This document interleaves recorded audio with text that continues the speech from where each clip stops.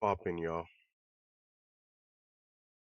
I hope your day is going better than mine because right now my day feel like shit right now, man.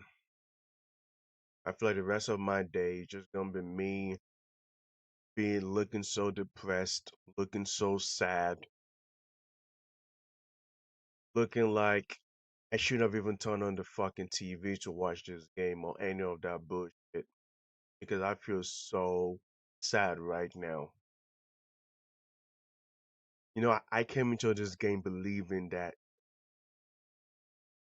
I know Aston Villa is very formidable. I know that they are very, very great. They are the most informed team in the league right now. But when it comes to playing big teams, especially Aston Villa, a big team based on the form right now, I think we can do some damage. I think we can win this game. Nope, nope. Got dominated in the second half. Chelsea won, Aston Villa 2. I felt that if we were home, if we were at Stamford Bridge, we could have done something. We could have done some type of scrape the win. Fuck it. Let it be an ugly win. 1-0 win, 2-1-0, 3-2 win. I'll be fine with that. 5-4 win. I am fine with that. I didn't even want to make a preview on this game. I just said I'm just gonna watch the game and come on here and whatever happens, it is what it is. And what it is what it is. We lost. Shout out to Aston Villa. 11 games win streak. Have won 11 games in a row in the Premier League.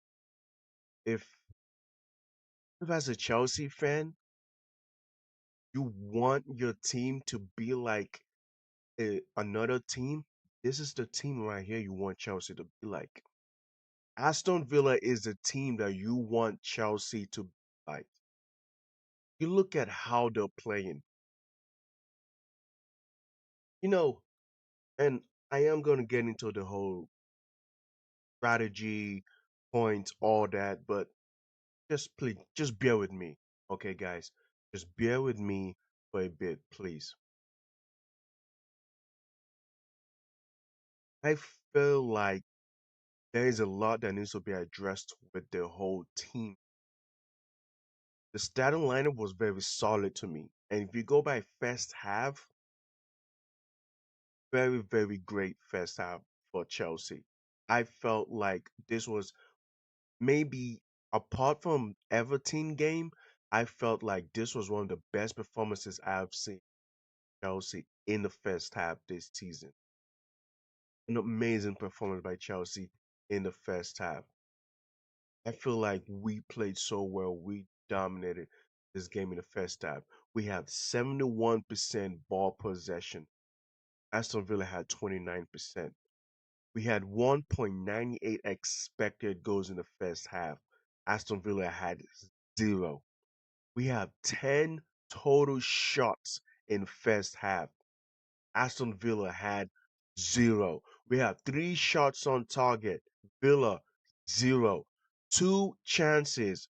Villa zero. We had almost over 100 passes to into the final third in Villa box. Aston Villa had like two. And I don't understand how it is that we don't supplement our stats with the goals. Like we don't convince people or convince ourselves with the stats with the goals. It was poor from Chelsea, bro. Overall, it's poor from Chelsea. Like I could be out here be yelling and be crazy and trying to get some clip going on, but dog, I'm like, man, I'm defeated, man. This is what you're looking at, a defeated guy. I am defeated. Like if we had lost on like a last minute game winner, then I'll probably come on this video yelling and screaming my fucking lungs out, being how choked. But guess what? We did choke. We allowed them to make a comeback. And I knew that, dog, if we don't score a second goal, Aston Villa will come back. It does not matter how you dominate this team with stats, they will find a way to come back. That's what I was saying on my Twitter. I was saying this on my Twitter, and I said Chelsea needs to score a second goal. They must score a second goal to kill this game. If not, Aston Villa will make a comeback. Against Arsenal, Arsenal dominated Aston Villa in the stats. Had more ball possession, shots on target, name it. More passes in the opposition box, you name it. Beat Arsenal 2-1. Went up against Manchester United. Manchester United had more stats as well, bro. They had the better stats. More passes in the opposition box, you know, more ball possession, more shots, you name it all. Aston Villa beat them 2-goal, 2-1. Morgan Rogers with a brace. First half, we would destroy this team. About the first 10 to 15 minutes of the second half, we were also destroying this team. As soon as Onana came on, as soon as Ollie Watkins came on, it felt like I was seeing a different side of Aston Villa. And I was telling my friends, bro, Onana and Ollie Watkins are gonna make this team so lit and so dangerous. And what do you know? Ollie Watkins caught a brace. Second goal was a beautiful header. I I gotta give credit to him. I have to give credit to Ollie Watkins for that.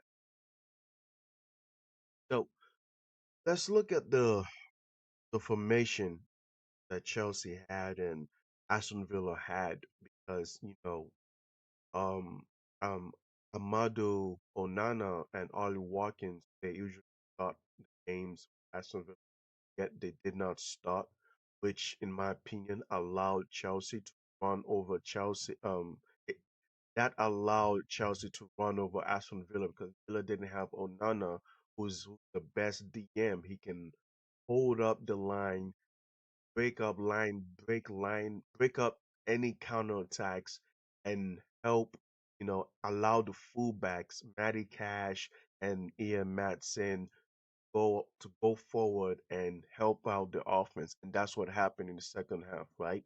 So Chelsea came out with a 4-2-3-1 or 4-3-3, however you want to call it. Cucurella has a left back. Badia Chile and Chaloba to me was okay. First half, I did question it at the beginning of the game because I was saying like, where is Fofana? Fofana and Chalobah will be the best center back pairing. They are the best center back pairing in this team. But first half, I was changing my mind, saying, okay, fine, Badia Shile and Chalobah is looking solid. But later on, even in that first half, Aston Villa isolated them in 1v1 defending.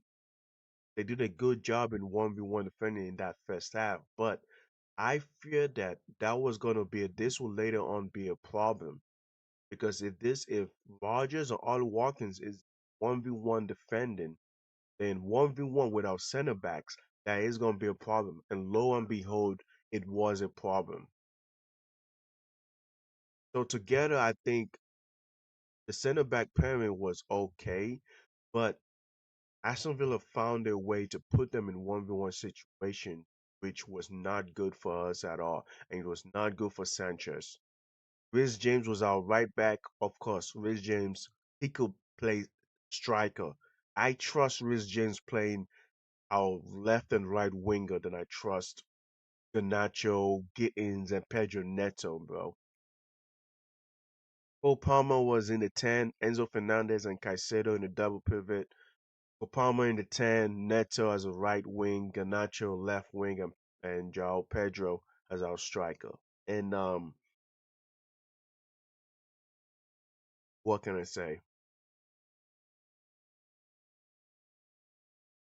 Only Pedro, Sanchez, and Reece James to me are the one who gets to walk out of this game knowing that they did the best they could. Cucurella as well. Aston Villa came out with a 4-4-2. They had Malin and Rogers leading them up front. The only big name that was changed was, like I said earlier, Onana and Ollie Watkins. They want to make this clear. This game is about taking your chances. We had so much chances that we had scored a second goal. If we had put this game 2 goals up, people might not even try to make a comeback. It was so poor for us, bro. First goal, the goal we scored was the goal we scored was off of a set piece.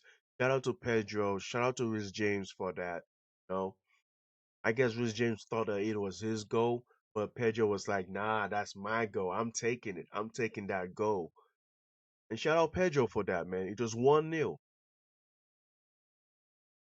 But I knew that I couldn't afford to be relaxed.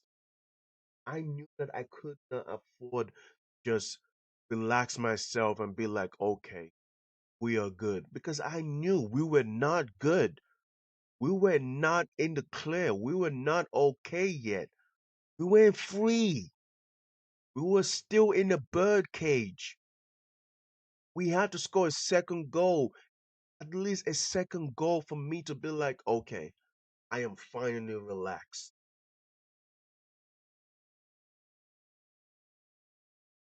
But what did you know? Unai Emery still had a lot more to offer in the second half than he did. Onana came on, Ollie Watkins came on, and they were looking a lot more life. Even before that first goal, that equalizer, first goal that Watkins scored, Aston Villa was looking so much alive, y'all. They were finally progressing the ball. The cohesion was tight.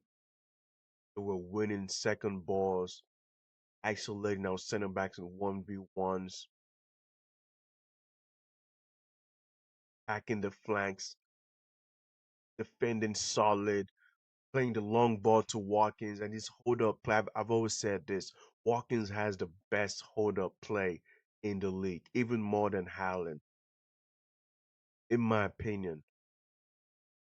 Watkins will hold the ball up, give the ball to Tillman, Kamara, McGinns, Rogers, Buendia.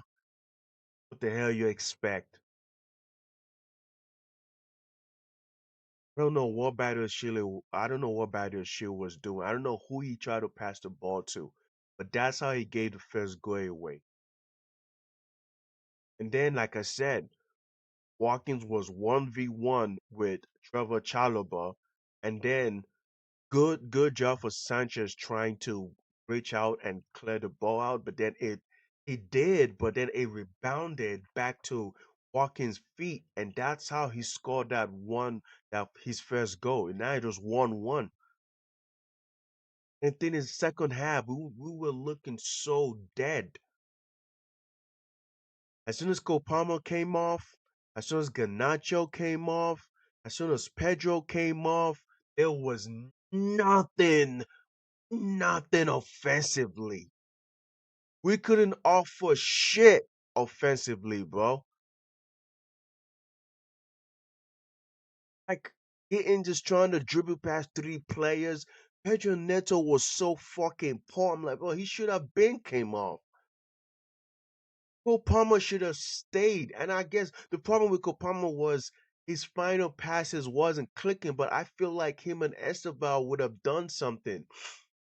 Pedro Neto was poor this game, bro. He should not have played the whole 90 minutes.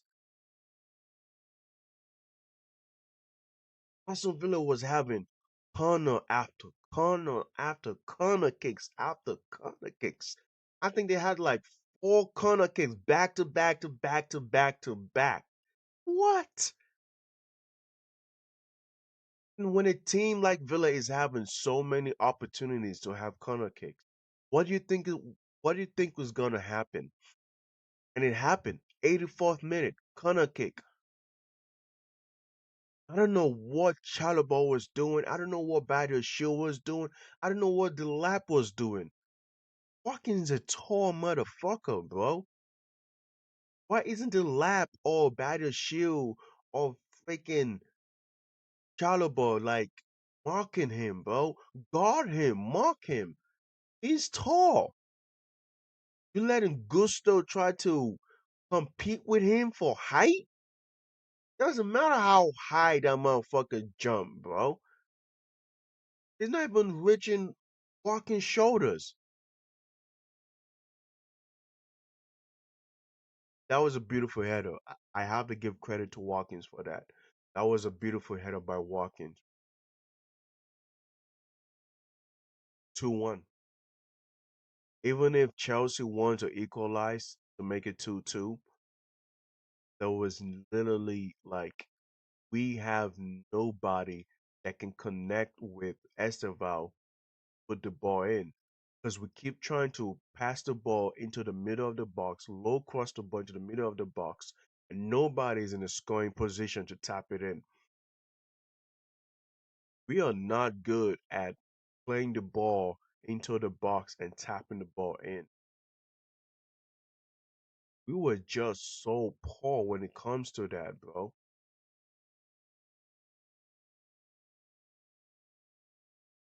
Now I literally just and I'm just like Liverpool is over us. Man United are level on us. These teams are laughing at us, bro. Liverpool fans are laughing at us. Man United fans, they are laughing at us, bro. To think that we were second earlier, bro, at the beginning of this month, December, we were second in position, and now we have dropped to fifth. I don't even want to know how many points we are. So I think we're like 12 points now, at least 10 points, 10 to 12 points in Arsenal and Man City. We were second, and within a month, we are almost 10 to 12 points behind Arsenal. Huh? Make it make sense. Why is December such a shitty month for us, bro? December is a bad month for us.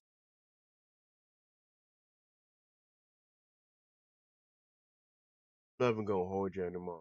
I'm gonna go goon or go watch Nigeria versus Tunisia or I don't know, man. Probably go watch some WWE. I know, is it AEW? I think there's some AEW or WWE show later on tonight, so I'm just gonna watch that to just. I am not gonna let this stress me. I'm just gonna fucking move on of this day of social media. I don't even want to like nah. Because the more I try to talk about this game, the more disappointed I am of this team of this fucking players. We had chances to game to best half, and in the first 10 minutes of the second half, we allowed Villa to make a comeback, choked,